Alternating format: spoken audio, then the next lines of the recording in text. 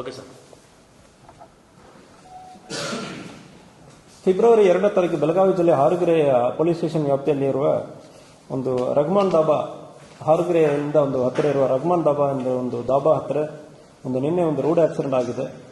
ಅದರಲ್ಲಿ ಸ್ಪ್ಲೆಂಡರ್ ಅಲ್ಲಿ 3 ಜನ ಹುಡುಗರು ಬೈಕಲ್ಲಿ ಓಡಿಸಿಕೊಂಡು ಬಂದಿರೋ ಸಂದರ್ಭದಲ್ಲಿ ಯಾವುದೋ ಒಂದು ಗಾಡಿಯಲ್ಲಿ ಆಕ್ಸಿಡೆಂಟ್ ಆಗಿ 3 ಜನನು ಕೂಡ ಇವತ್ತು ಮೃತಪಟ್ಟಿರ್ತಾರೆ. ಈ ಸಂದರ್ಭದಲ್ಲಿ ಅಲ್ಲಿ ತಕ್ಷಣವೇ ಇದು ನಿನ್ನೆ ರಾತ್ರಿ 9:50ಕ್ಕೆ ಘಟನೆ ಆಗಿರುತ್ತದೆ. ಘಟನೆ ಆದ ನಂತರ ಸ್ಥಳಕ್ಕೆ ಇಮಿಡಿಯೇಟ್ಲಿ ಹಾರುಗೆರೆ ಸರ್ಕಲ್ ಇನ್ಸ್ಪೆಕ್ಟರ್ ಮತ್ತು ಹಾರುಗೆರೆ PSI ಎಲ್ಲ ಕೂಡ ಭೇಟಿ ನೀಡಿರ್ತಾರೆ. ಮತ್ತು ಒಬ್ಬರು ಮಾಲಪ್ಪ ಮಲ್ಲಪ್ಪ ಎಂಬವರನ್ನು KLE ಹಾಸ್ಪಿಟಲ್ಗೆ ಅಡ್ಮಿಟ್ ಮಾಡುವ ಸಂದರ್ಭದಲ್ಲಿ ಇವತ್ತು ಮಧ್ಯಾಹ್ನ 2:15ಕ್ಕೆ ಅವರು ಕೂಡ ಮೃತಪಟ್ಟಿರ್ತಾರೆ. ಈ ಕೇಸಲ್ಲಿ 3 ಜನನೂ ಕೂಡ ಯಾರು ಹೆಲ್ಮೆಟ್ ಹಾಕಿರಲ್ಲ. ಒಂದು ವೇಳೆ ಹೆಲ್ಮೆಟ್ ಹಾಕಿರೋ ಸಂದರ್ಭದಲ್ಲಿ ಈ ಕೇಸಲ್ಲಿ 100% ಬದುಕೋದಕ್ಕೆ ಅಟ್ಲೀಸ್ಟ್ 50-50 ಚಾನ್ಸ್, ಒಬ್ಬರು ಇಲ್ಲ ಇಬ್ಬರು ಅಟ್ಲೀಸ್ಟ್ ಬದುಕಿರಬಹುದು. ಸೊ ಈ ಕೇಸ್ ಒಂದು ಗಂಭೀರವಾದ ಕೇಸ್. ಇದರಲ್ಲಿ ಯಾರು ಈ ಕೇಸಲ್ಲಿ ಆಕ್ಸಿಡೆಂಟ್ ಮಾಡ್ಕೊಂಡು ಹೋಗಿದ್ದಾರೆ ಎಂಬುದ್ರ ಬಗ್ಗೆ ವಿಚಾರಣೆ ನಡೀತಾ ಇದೆ. ಅದರಲ್ಲಿ ನಮಗೆ ಲೀಡ್ ಕೂಡ ಸಿಕ್ಕಿದೆ. ಕೇಸ್ ಬಗ್ಗೆ ನಾವು ತನಿಖೆ ಮಾಡಿಸ್ತೀವಿ. ಈ ಸಂದರ್ಭದಲ್ಲಿ ನಾನು ಸಾರ್ವಜನಿಕರಿಗೆ ಕೇಳ್ಕೊಳ್ಳೋದೇನೆಂದರೆ, ರೋಡಲ್ಲಿ ಈ ಜನವರಿ ತಿಂಗಳಲ್ಲಿ ನಾವು ಬಹಳಷ್ಟು ರಕ್ಷಣೆ ಸೇಫ್ ಆಗಿ ಮಾಡುವುದಕ್ಕೆ ನಾವು ಬಹಳಷ್ಟು ವಿಚಾರಗಳನ್ನು ಮಾಡಿದ್ವಿ. ಆ ನೆಪದಲ್ಲಿ ನೀವು ಬಹಳಷ್ಟು ರೈತರಲ್ಲಿ ಸಾರ್ವಜನಿಕರು ಕಂಪ್ಲೇಂಟ್ ಮಾಡಿದ್ದೀರಿ. ಟ್ರ್ಯಾಕ್ಟರಲ್ಲಿ ತುಂಬ ಶಬ್ದ ಮಾಡಿಕೊಂಡು ಹೋಗ್ತಾ ಇದ್ದಾರೆ, ಅದರಿಂದ ಸಮಸ್ಯೆ ಆಗ್ತಾ ಇದೆ. ಎಮರ್ಜೆನ್ಸಿ ವೆಹಿಕಲ್ ಸೈರನ್ ಹಾಕೋದು ಗೊತ್ತಾಗಲ್ಲ, ಹಾರನ್ ಹಾಕ್ತಿ ಅಂದ್ರೆ ಗೊತ್ತಾಗಲ್ಲ, ಇಂಥ ಕಂಪ್ಲೇಂಟ್ ಮಾಡಿದಿರಿ. ಆ ನೆಪದಲ್ಲಿ ಸುಮಾರು 200ಕ್ಕಿಂತ ಜಾಸ್ತಿ ಈ ಸೌಂಡ್ ಬಾಕ್ಸಸ್ ಅನ್ನು ಟ್ರ್ಯಾಕ್ಟರ್ಗಳಿಂದ ನಾವು ಬಿಚ್ಚಿ ಕೇಸನ್ನು ಕೂಡ ಅದು ಮೇಲ್ಗಡೆ ಮಾಡಲಾಗಿದೆ. ಅದೇ ರೀತಿಯಲ್ಲಿ ಈಗ ನಾವು ನ್ಯಾಷನಲ್ ಹೈವೇ ಮತ್ತು ಸ್ಟೇಟ್ ಹೈವೇನಲ್ಲಿ ಟೋಲ್ ಬೂತ್ ಇರ್ತದೆ, ದುಡ್ಡು ಕಲೆಕ್ಟ್ ಮಾಡ್ತಾ ಇರ್ತಾರೆ.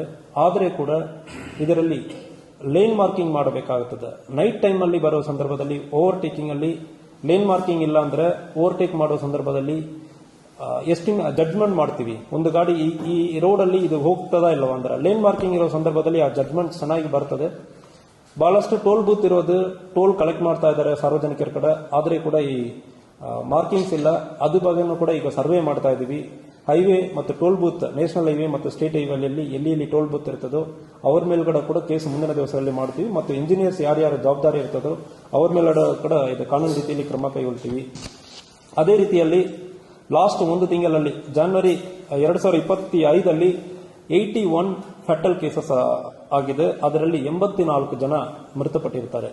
ಈ ವರ್ಷ 65 ಫೆಟಲ್ ಕೇಸಸ್ ಆಗಿದೆ. ಅದರಲ್ಲಿ 68 ಜನ ಮೃತಪಟ್ಟಿರ್ತಾರೆ. ಸೊ ಈ ವರ್ಷ 1 ತಿಂಗಳಲ್ಲಿ 16 ಜನ ಜೀವ ನಾವು ಸೇವ್ ಮಾಡಿದೆ ಅಂದ್ರೆ ಅನ್ಕೊಳ್ತೀವಿ. ನಮ್ಮ ಪ್ರಯತ್ನ ನಡೀತಾ ಇದೆ. DD ಕೇಸಸ್ ಜಾಸ್ತಿ, ಕುಡಿದು ಬಿಟ್ಟು ಗಾಡಿ ಓಡಿಸೋರ ಮೇಲ್ಗಡೆ ಕಾನೂನು ರೀತಿಯಲ್ಲಿ ಕ್ರಮ ಕೈಗೊಳ್ತಾ ಇದ್ವಿ. ಪೊಲೀಸ್ ಕಡೆಯಿಂದ ಕೆಲವೊಂದು ಪ್ರಯತ್ನಗಳು ಮಾಡಬಹುದು. ಆದರೆ ಸಾರ್ವಜನಿಕರಾದ ನೀವು ಸರಿಯಾಗಿ ಗಾಡಿ ಓಡಿಸಲ್ಲ, ಜವಾಬ್ದಾರಿಯಿಂದ ಓಡಿಸಲ್ಲ ಅಂದ್ರೆ ಈ ಆಕ್ಸಿಡೆಂಟ್ ನಾವು ತಡೆಗಟ್ಟುವುದಕ್ಕೂ ತುಂಬಾ ಕಷ್ಟ ಆಗ್ತದೆ. ಅದರಿಂದ ದಯವಿಟ್ಟು ಸಾರ್ವಜನಿಕರು ಹೆಲ್ಮೆಟ್ ಹಾಕೋದು, ಅಟ್ಲೀಸ್ಟ್ ಸ್ವಲ್ಪ ನೈಟ್ ಟೈಮಲ್ಲಿ ಓಡಿಸುವಾಗ ನಿಧಾನಕ್ಕೆ ಓಡಿಸೋದು, ಓವರ್ ಸ್ಪೀಡಿಂಗ್ ಅಲ್ಲಿ ಹೋಗಬಾರದು. ಇದು ನೀವು ಮಾಡಬೇಕಂದ್ರೆ ಹೇಳ್ಕೊಳ್ತೀವಿ. ಉಳಿದ ಏನನ್ನು ನೀವು ಸಲಹೆ ಹೇಳ್ಕೊಡ್ತೀರೋ ಅದು ಕೂಡ ನಾವು ಪೊಲೀಸ್ ಇಲಾಖೆಯಿಂದ ಮತ್ತು ಬೇರೆ ಬೇರೆ ಇಲಾಖೆಯನ್ನು ಮಾಡೋದಕ್ಕೂ ಕೂಡ ನಾವು ತಯಾರಿದ್ದೀವಿ. ಕಬ್ಬಿನ ಟ್ರ್ಯಾಕ್ಟರ್ ಅಲ್ಲಿ ಆಗ್ತಾ ಇದೆ. ಕಬ್ಬಿನ ಟ್ರ್ಯಾಕ್ಟರ್ ಅಲ್ಲಿ ಆಗ್ತಾ ಇದೆ. ಆದರೆ ಕೂಡ ಲಾಸ್ಟ್ ಇಯರ್ಗಿಂತ ಈ ವರ್ಷ ಬಹಳಷ್ಟು ಕಡಿಮೆ ಆಗಿದೆ. ಕಾರಣ ಏನಂದ್ರೆ ಇದು ಒಂದು ರಿಫ್ಲೆಕ್ಟರ್ ಕ್ಲಾತ್ ಕಡ್ಡಾಯವಾಗಿ ಮಾಡ್ತಾ ಇದ್ವಿ. ಅದು ಕೇಸಸ್ ಕೂಡ ಹಾಕಿದ್ವಿ. ಅದರಿಂದ ಈಗ ಆಲ್ಮೋಸ್ಟ್ 95% ಆಫ್ ದ ವೆಹಿಕಲ್ ಅಲ್ಲಿ ರಿಫ್ಲೆಕ್ಟರ್ ಕ್ಲಾತ್ ಹಿಂದುಗಡೆ ಇರ್ತದೆ. ಸ್ವಲ್ಪ ದೂರದ 20-30 ಮೀಟರ್ ಹೋಗುವಾಗಲೇ ಆ ರಿಫ್ಲೆಕ್ಟರ್ ಕ್ಲಾತ್ ಎದ್ದು ಕಾಣ್ತದೆ. ಅದರಿಂದ ಸ್ವಲ್ಪ ಕಡಿಮೆ ಆಗ್ತದೆ. ಆದರೆ ಕೂಡ ನೀವು ಹೇಳೋದು ಸರಿ ಇದೆ. ಸೈಡ್ ಅಲ್ಲಿ ರೋಡ್ ಸೈಡ್ ಅಲ್ಲಿ ನಿಲ್ಲಿಸುವಾಗ ಅದು ಹಾಕೋದಿಲ್ಲ. ಆ ಸಂದರ್ಭದಲ್ಲಿ ಅಂತ ಕೇಸಸ್ ಕೂಡ ಓಡ್ಕೊಂಡು ಡೆತ್ ಆಗುವುದು ಕೂಡ ಆಗ್ತಾ ಇದೆ.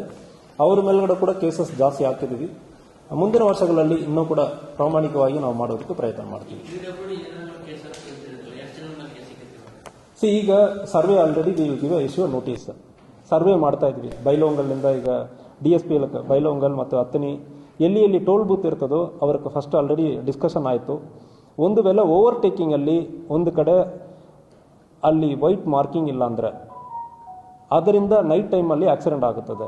ಅಂಥ ಆಕ್ಸಿಡೆಂಟ್ ಆಗುವ ಸಂದರ್ಭದಲ್ಲಿ ಹೈವೇ ಇಂಜಿನಿಯರ್ ಮೇಲ್ಗಡೆನೂ ನಾವು ಕೇಸಸ್ ಹಾಕ್ತೀವಿ. ಕೇಸಸ್ ಹಾಕುವಾಗ ಚಾರ್ಜ್ ಶೀಟಲ್ಲಿ ನಾವು ಪರ್ಮಿಷನ್ ತೊಗೊಳ್ಬೇಕಾಗ್ತದೆ, ಇಲಾಖೆಯಿಂದ ಪರ್ಮಿಷನ್ ತೊಗೊಳ್ಬೇಕಾಗ್ತದೆ, ಬಟ್ ಅವರ ಜವಾಬ್ದಾರಿ ಬರ್ತದೆ.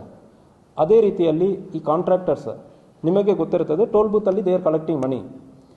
ಇದು ರೋಡ್ ಫರ್ನಿಚರ್ ಅಂದರೆ ಹೇಳ್ತಾರೆ. ರೋಡ್ ಫರ್ನಿಚರ್ ಅಂದರೆ ವಾರ್ನಿಂಗ್ ಸೈನ್ಸ್ ಇರಬೇಕು, ಮತ್ತು ವೈಟ್ ಟ್ಯಾಪಿಂಗ್ ಇರಬೇಕು, ಥೆರ್ಮೋಪ್ಲಾಸ್ಟ್ ಪೇಂಟ್ ಹಾಕಿರ್ತಾರೆ. ಅದು ಎದ್ದು ಕಾಣ್ತದೆ, ನೈಟಲ್ಲಿ ನೀವು ಹೋಗುವಾಗ ರಿಫ್ಲೆಕ್ಟಿವಿಟಿ ಇರ್ತದೆ. ಸೊ ಅದು ಭಾಳಷ್ಟು ಕಡೆ ಮೇಂಟೈನ್ ಆಗ್ತಾ ಇಲ್ಲ. ಕೆಲವೊಂದು ಕಡೆ ಇರುವುದು ರಿಫ್ಲೆಕ್ಟಿವ್ ಇಂಡೆಕ್ಸ್ ಅಂದರೆ ಹೇಳ್ತಾರೆ, ಆ ಇಂಡೆಕ್ಸ್ ಕಮ್ಮಿ ಆಗಿರ್ತದೆ, ಕಲರ್ ಫೇಡ್ ಆಗಿರ್ತದೆ. ಸೊ ಅದು ಕೂಡ ಮಾಡಬೇಕು. ಅದ್ರ ಬಗ್ಗೆ ಲೆಟ್ರ್ ಈಗ ಸರ್ವೆ ಮಾಡ್ತಾ ಇದ್ದೀವಿ. ಸರ್ವೆ ಮಾಡಿ ನಂತರ ಇವ್ರಿಗೆ ಜವಾಬ್ದಾರಿನೂ ಹೇಳ್ತೀವಿ. ಒಂದು ವೇಳೆ ಮುಂದುವರಿಯಲ್ಲ ಅಂದರೆ 100% ಕೇಸ್ ಹಾಕ್ತೀವಿ. ಅದು ಈಗಲೇ ನಾವು ಸೂಚನೆ ಕೊಡ್ತಾ ಇದ್ವಿ.